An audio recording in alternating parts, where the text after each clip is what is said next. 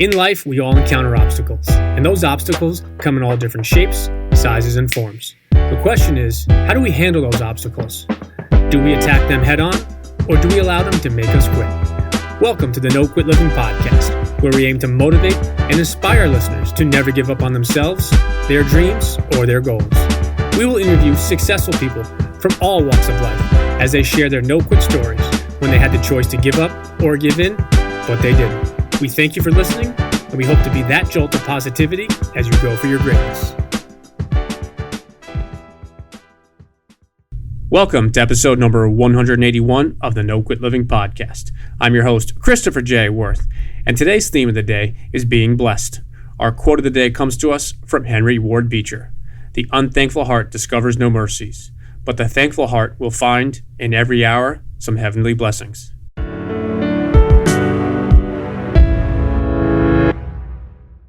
Today's episode is sponsored by the good people over at West Fair Communications, who publish the Westchester County Business Journal and the Fairfield County Business Journal.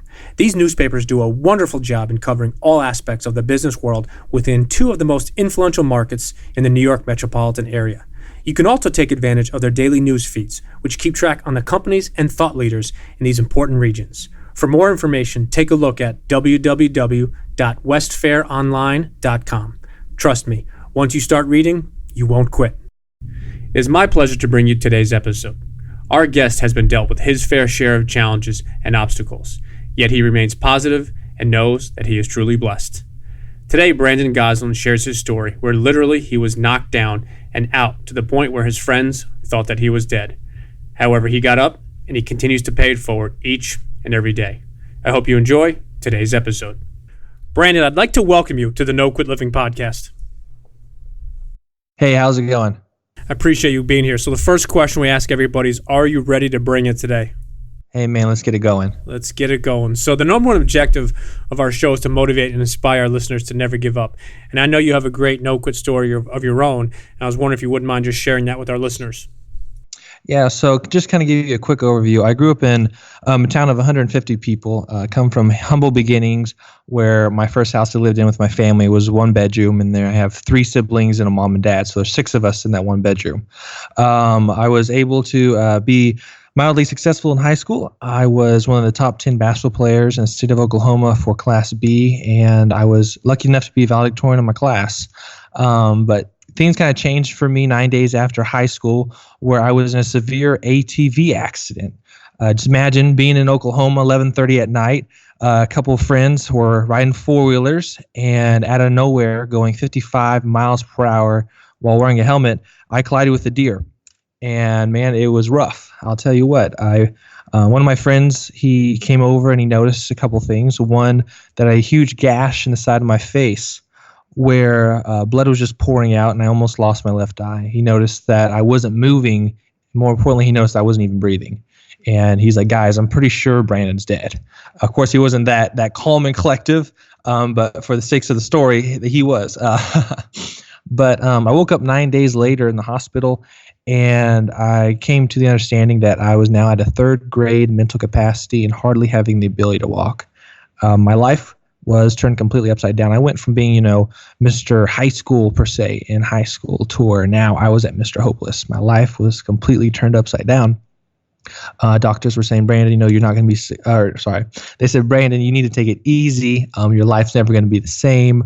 We're just not too sure if you're going to be successful with all the things that you had going on that you wanted to do and what you wanted to accomplish. They said, just take it easy.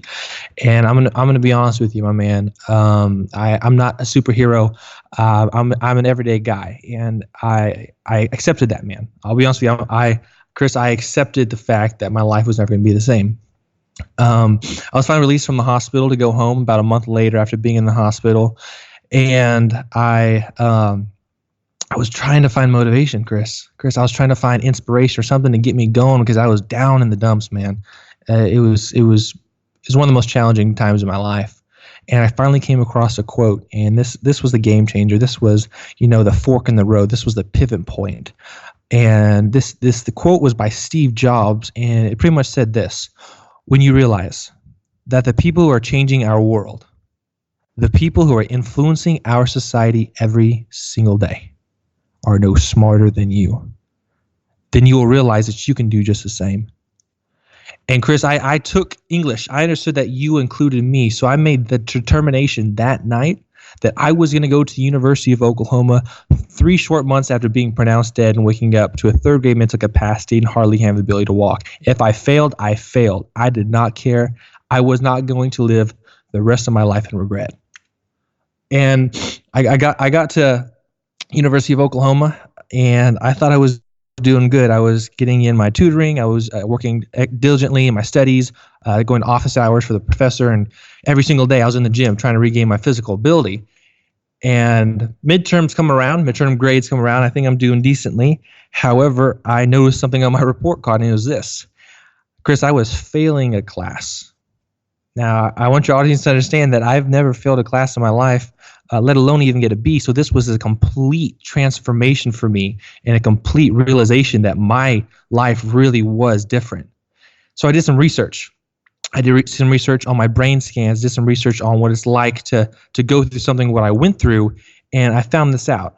I found out the night of my accident, whenever my face came into contact with the concrete that night, going 55 miles per hour, a blood vessel had burst in my brain, and it was right by my basal ganglia. And your basal ganglia controls 4 main things in your life, Chris. It controls your voluntary movement, your cognitive capacity, your learning capabilities, or your memory. So it controls those 4 main things in your life. So everything that we use to function in day-to-day life was hit for me.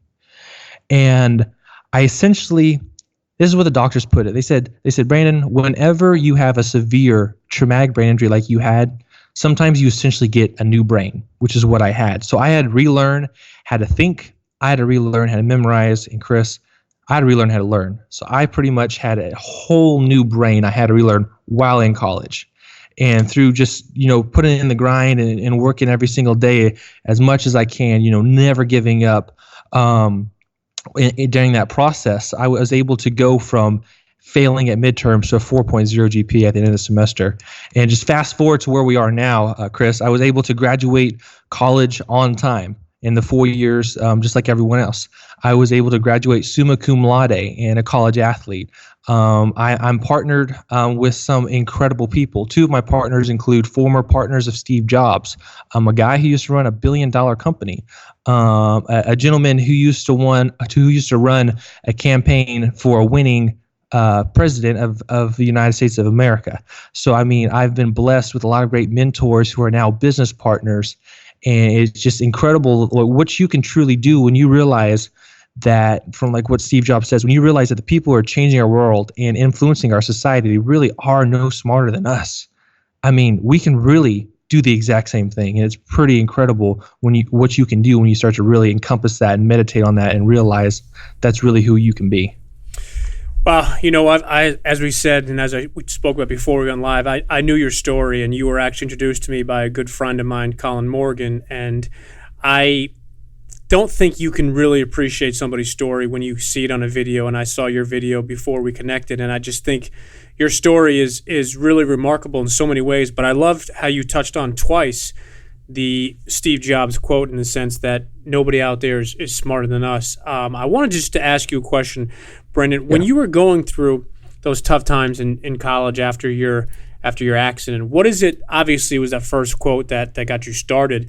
But when you got to the point of failing midterms, what got you to keep going? Was it things that you were reading, things that you were putting in front of your videos? Was it audio? What kept you going each and every day?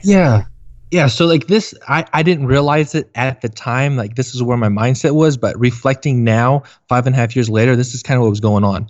I for some reason, after I came to that conclusion from hearing that Steve Jobs quote, I never had self-pity. During this process of like the 2 years after that during recovery, I never had self-pity. I never said, oh, poor me, boo-hoo, I have all this stuff. I have these mental and physical disabilities and these ailments that I had to deal with, oh, poor me. I never, for some reason, I don't know how or why, but that never happened. Instead of having self-pity, I had self-compassion. And I realized that, what? I am facing these different challenges in my life. I have these obstacles that I'm faced with, but I'm not the only one. It would be selfish of me to think that I was the only one going through something, going through a physical ailment or a mental disability or anything in those capacities. For some reason, I don't know how, but I was able to understand that I'm not the only one doing this and I'm not alone. And I made sure that I always had a support system, people to affirm me, reaffirm me, and confirm me, and not only who I am, but who I'm going to be.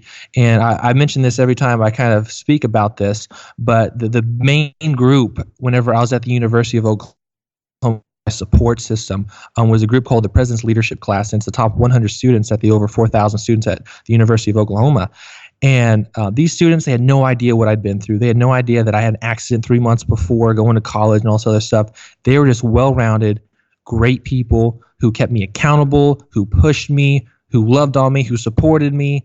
And just having those people who can support you, who can be realistic with you, who can help you strategize and push you to your aspirations in life, like that was so important. Just having that self-compassion, but also having that support system to help affirm, reaffirm, confirm not only who you are, but who you're going to be. No, I love that. And I think it's so important that you touched on the people within your support system. One of the things we often talk about is the importance of who's in your corner and who's on your bus. So I think that goes hand in hand with that. So I wanted to ask you, Brandon, if you had to define yourself, but you could only use one word, what word would you choose? Blessed. Nothing to, I guess, I don't know if that's what you're looking for, but I see every obstacle or challenge that I've been able to go through as a blessing, because I've seen so many great things come out of these obstacles and challenges, from my physical disability, mental disability, all this accidental stuff that happened. I see it as a blessing. And I think whenever you see the bad things, quote unquote, in your life, and you see them as opportunities for you to improve or opportunities to use those down the road because you built skills dealing with and overcoming those things, that's when you can really start to move forward. So I would say blessed is the one word to describe me. No, I definitely think when you have those obstacles and challenges, you need to look at them as your next or your biggest or your best opportunity. So I totally agree with that. So I wanted to ask you a question. If you had a mentor that's in your life, you mentioned a couple, but are you mentoring others as well? Oh, yeah, definitely. I'm actually so I was lucky enough and had the great opportunity to intern at the White House. And I actually met a fellow intern that interned on the same administration as me here at Boca Raton, Florida, at Florida Atlantic University, where I'm getting my MBA. He's still in his undergrad, but he's working on a project, and I'm kind of helping mentor him through that. So I definitely believe in not only having mentors, but also getting yourself a mentee, because it really helps you build skills in that aspect. So he's a driven fella. Like, this guy's an electrical engineer, and he's done stuff with presidents of other countries and led huge organizations and stuff. Like, this guy is really impressive. So I'm lucky just to be his mentor. But he's also not only a mentee, but a good friend now. No, I think that's awesome. And something that we often touch on is the concept or the idea of paying it forward. And I think that's what mentors do. And I believe myself that I've been so fortunate to have some amazing people that have been there for me. And some of them, and what I love, Bob Berg, who's a best-selling author, has a quote that he says, the idea of drive-by mentors. And at first I didn't understand what it meant by it, but what it means is that you have all different mentors in your life, and you're also mentors, and you have mentees as well. And some of them might just be for a little short period, and some of them, like you just mentioned with yours, might become and turn into friends or business opportunities. But I think it's really important when you look at or think about the idea of being a mentor and having a mentee is thinking about paying it forward, because the reality is everybody, yourself included, has had other people that help them along the way. Oh, 100%, Chris. And it's funny that you mentioned Bob Berg. He's actually one of my friends. I met him through one of my mentors, and he actually gave me a review on my website, brandongosselin.com. And he's a pretty cool guy, I'll tell you that. That's so funny. Bob's he's a great guy. When we can touch on that after the recording. But I wanted to switch lanes for a second and ask you, if you could have dinner with anybody, dead or alive, who would it be and why? Yeah, this is a simple answer for me. It's like maybe not expected by your audience, but it's my parents. I mean, my parents are still with me, but they live in Oklahoma and I live in Florida. But my mom and dad, because they're the ones that had probably the most profound impact on my life. And I want to spend as much time as I can and just show them that everything I do isn't for me, but for them, because I want to show them that they were outstanding parents. Because I mean, they grew up where no one in my family either side ever went to college. I was the first one in my family either side to go to college and then graduate with a 4-year degree.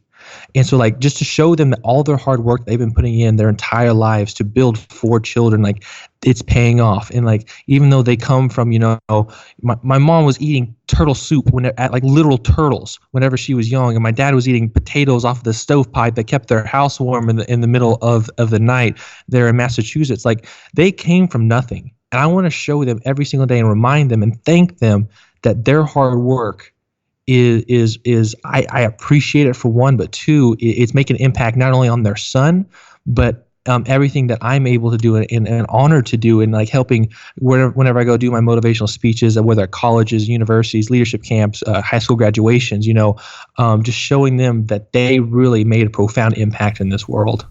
No, that's awesome, and it leads me into my next question: is what does the word or the concept "pay it forward" mean to you? Pay it forward means quit being self-centered and think about others. Not only is it smart to pay it forward and not think about yourself from just like a spiritual and personal aspect, but if you want to talk about business, that's where the market is going. People no longer want to have someone just do a service for them. They want someone to do a service for them and provide value and to go above and beyond, because there's so much competition out there. The one thing that's setting people apart is their ability to pay it forward, or their ability to do great things in addition to the services they provide. Like whether that is, being an IT guy who helps support an orphanage in Kenya, whatever it is. When people realize that you're paying it forward and helping people in other areas and other industries, your customers notice that. And your customers appreciate that, and that's what they're looking for. No, I love that idea, and I love that question. It's so important to pay it forward to others. Before we went live, you shared some exciting news about a book. I wanted to ask you if you wouldn't mind touching on that for a minute. Yeah, so back in January of 2018, I got a random phone call by a gentleman named Jim DeFelice. And some of the listeners may know him as the author, director of the movie and book American Sniper.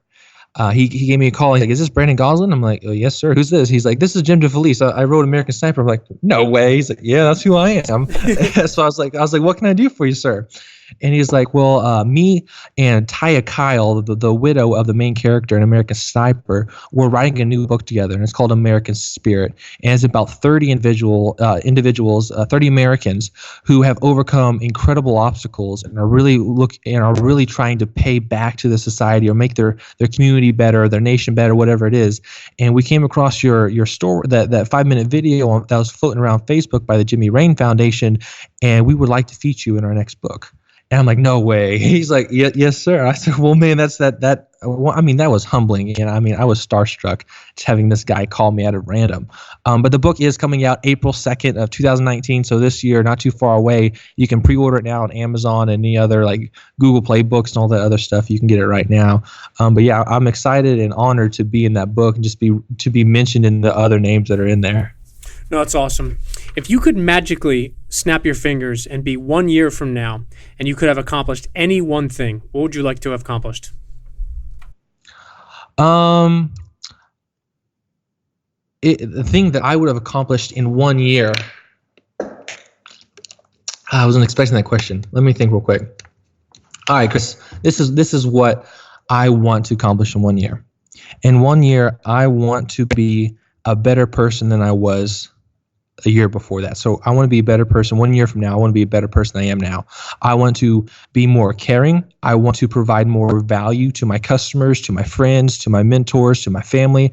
I want to be more present, and I want to show people I care, because I notice, because I have meetings with billionaires and 100 millionaires and like politicians all the time.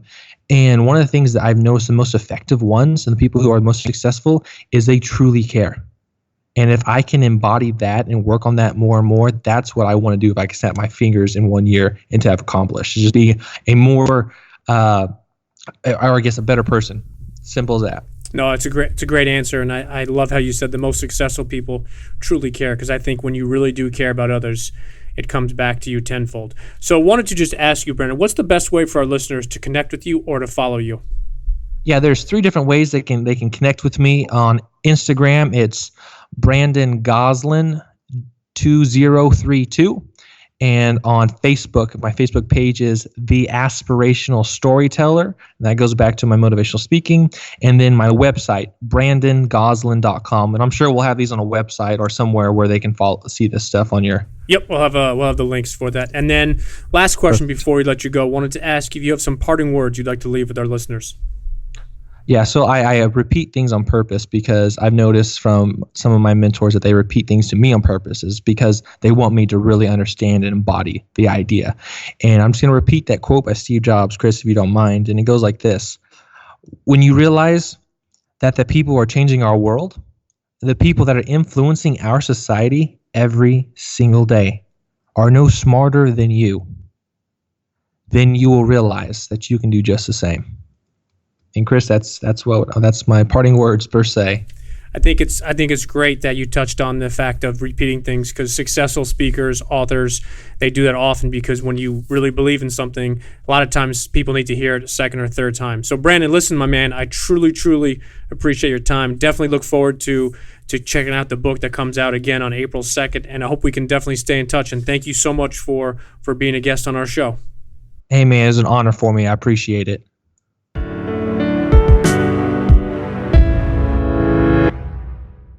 Thank you for listening to episode number 181. Although we might not all experience a no-quit story like Brandon, the reality is that we all get knocked down. Only 9 days post his high school graduation, Brandon was dealt with quite a blow, physically, emotionally, and mentally. Not being one to give up, Brandon had to relearn many skills, attributes, and some very basic things that he had learned many years before. Throughout this challenging time and after, Brandon continues to see every single obstacle and challenge as an opportunity. He knows that he is truly blessed, and he pays it forward. My question to you today is very simple. What are your blessings? What areas, opportunities, or people in your life should you appreciate more? When you have a tough day or a rough morning, don't hang your head or say, woe is me. Instead, be grateful for your blessings and continue to pay it forward. As you go for your greatness today, I challenge you to remember those blessings. Be grateful for who you are, what you have, and those opportunities that are coming your way. And lastly, to our listeners, thank you. We truly appreciate your time, and we hope our episodes inspire you to keep on attacking life and never giving up. To quote Dr. Norman Vincent Peale, it's always too early to quit.